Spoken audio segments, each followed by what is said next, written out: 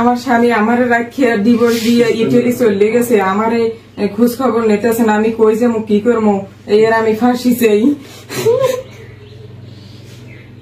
আমার এই মেয়েটা নিয়ে আমি কই যাইয়ে দাঁড়াবো, আমার তো কেউ নাই না।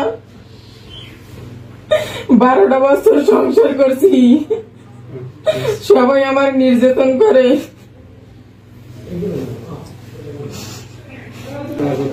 আমার শ্বশুর শাশুড়ি আমার এহারা নাম মেজাইতে কয়, সবসময় কয় তালাক দিছে এনো থাকা, হেরাই সবসময় আমার শ্বশুরে নিজে কয় তোরে আমি তালাক দিয়ে দিব, তোর রাখবো না, হেসারা মারামারি দরাদরি সবকিছুই করে।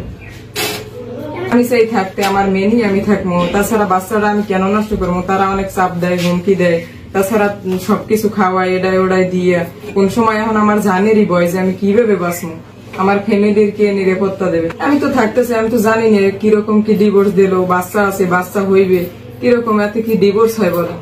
হে ইটালি গেছে চলে গেছে।